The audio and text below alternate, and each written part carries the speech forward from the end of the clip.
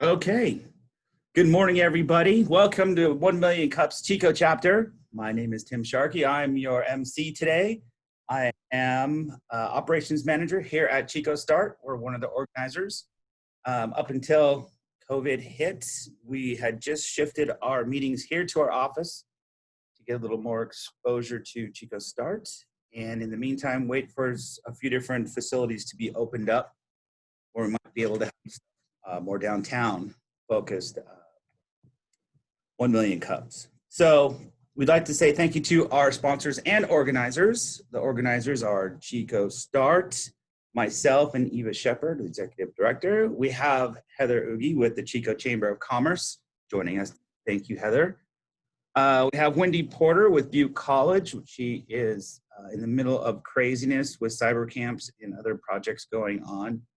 And we also have Ken Hastings, one of our sponsors. He does our video work and some of our technical and audio, which is very much appreciated because I've been doing a little bit of it the last two, trying to put stuff together and post, and it's not, just time consuming and a little tedious on certain things. You just have to have a lot of patience with it. And I am not, you can see I'm jittering around all the time. My patience is very limited sometimes. So thank you very much, Ken. Appreciate it. So what is 1 Million Cups? I was explaining to our speaker today last night about 1 Million Cups, and 1 Million Cups is put on by the Kauffman Foundation out of Kansas City, Missouri. They're an entrepreneurial, nonprofit-based entity, which they've been doing stuff for over 20 years, helping the small business owner jump into the entrepreneurialism and just try to succeed in a systematic way where they have long-term sustainability.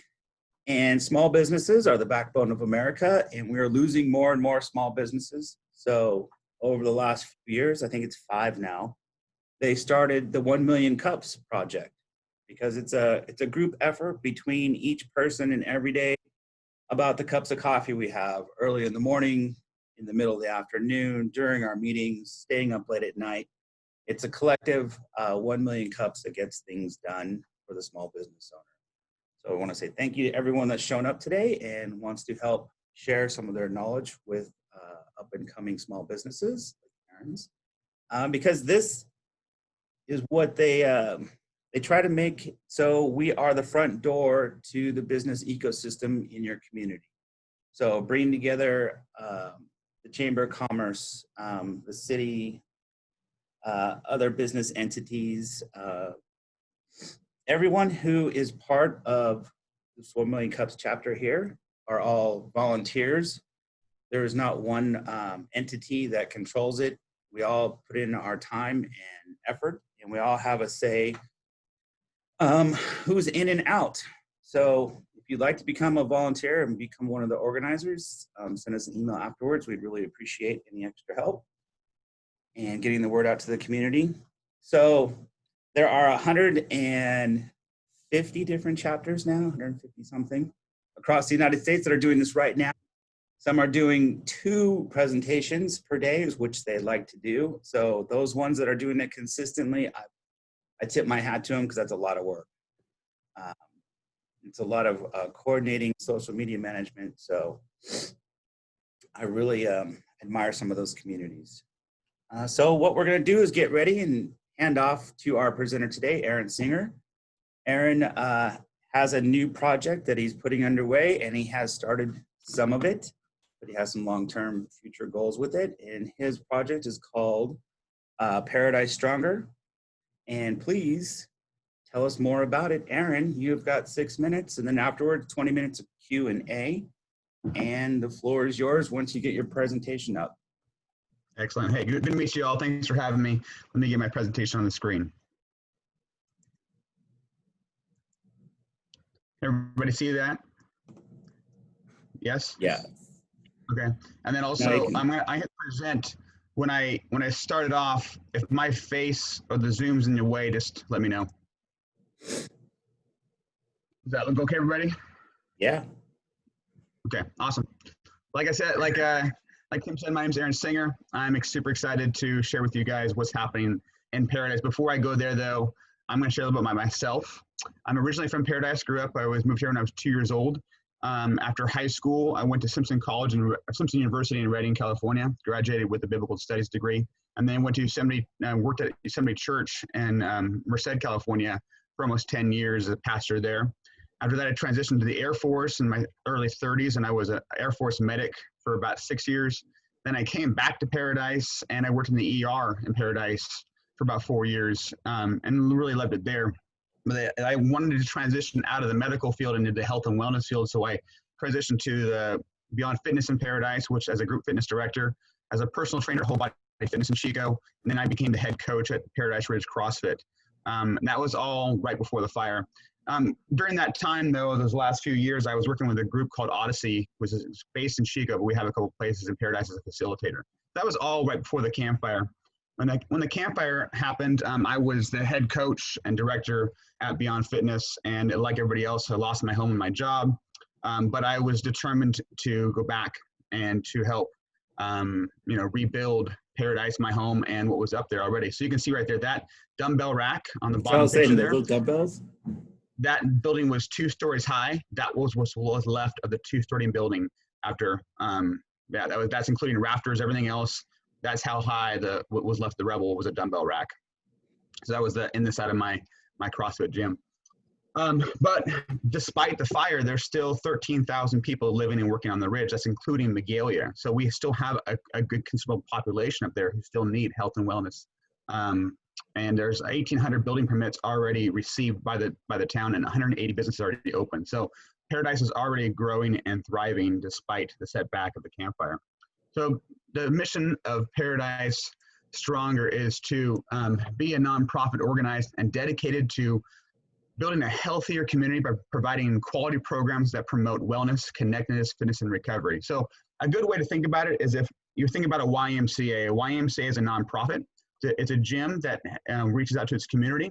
We're very similar, but we're going to take that and we're going to exponentially grow that idea of being a nonprofit for the community gym, but having things for its community that are going to be really emphasizing wellness and recovery. So how are we going to do that? Well, our vision is four pillars: wellness, fitness, recovery, and community. The first one, wellness, we really want to take some time to instill the idea of wellness education. So Walk with a Doc is a great way to do that. They have doctors give lectures and they have people walk with them and do questions. Nutrition class is so important. You think about when kids go to nutrition class and come home to their parents and say, hey, listen, I learned this. We should be eating this and not that. Parents are like, okay, fine. I'll cook a meal. And then Adventist Health and Blue Zones are now intertwined. And Blue Zones is based on a book about the different places around the world who live to be about a century old and how they're doing that. So our vision is to have wellness education first and foremost. Fitness, the best precursor to people's wellness is and then being able to move in some way. And it doesn't have to be with weights.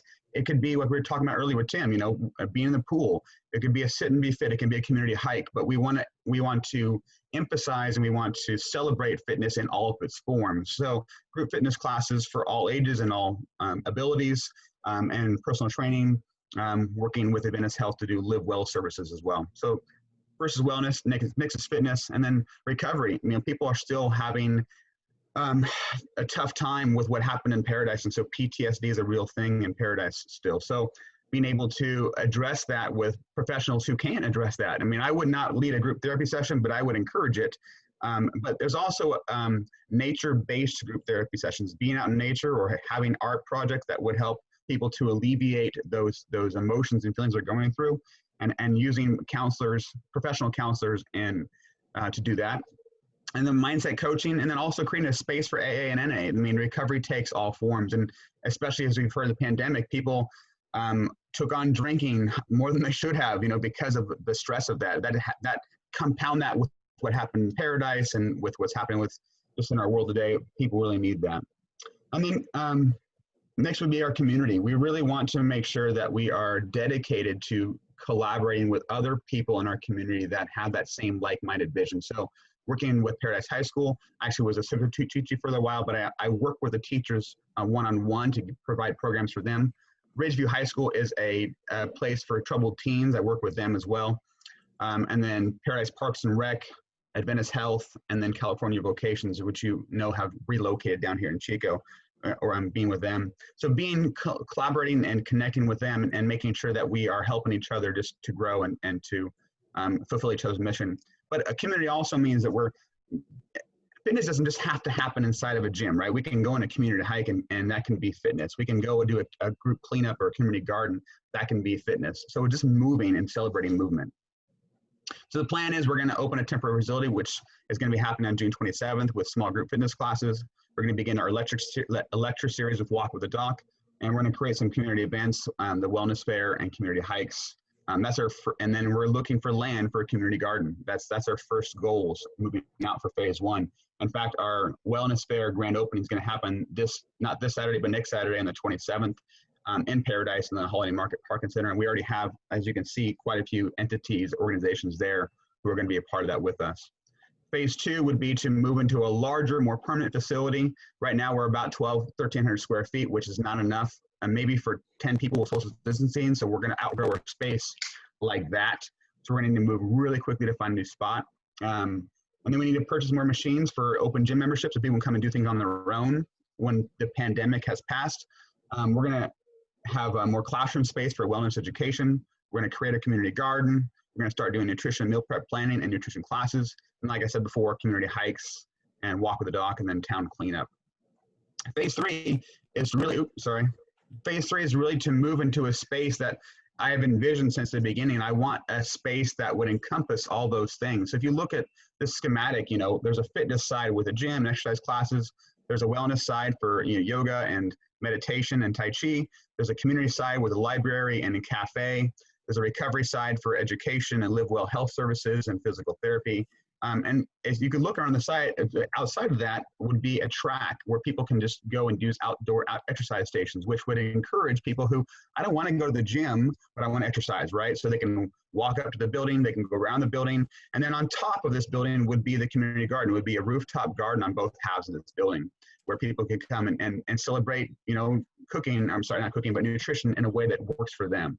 So that's my overall goal for phase 3. So what do we need? We need capital funding to move to a phase 2. We need, I would like to have a dedicated amount for a sliding scale membership for impoverished people in Paradise, because there's people up there who lost their jobs, who've gone through this pandemic and don't have much money and just, are kind of still seeking a way to kind of recover their lives. And then we also need a community garden. We need to have a grant for that. And then also a grant for the wellness center. So that's where we're at. I think I kept it under 6 minutes. Where am I at? I don't know. No, bummer. I was leaving that to you. Did you time it, Heather? So that's our vision for Paradise Stronger. I am very excited just to present this to you. My heart is in Paradise already, even though I'm living in Chico. My heart is for the residents of Paradise. And my heart is just for people to have wellness. We're working as a medic in the Air Force, and then working in the hospital. As you might know, the medical system is broken. It's a Band-Aid solution. It's not meant to help people get well. It's meant to help people to recover from an illness. And I want to prevent people to go to the hospital. I want them to have to go there because of a broken arm, not because they've have a broken wellness system. So big difference between the two. So thanks for letting me share. Awesome. So our Zoom meeting is coming to an end. I just sent a message out. So what I'd like to do is have everyone log out and log back in so we can do the Q&A on part 2, and I'll mesh them together. Okay, I'm gonna leave. Like last time. Okay. So we'll see you guys back in just a minute.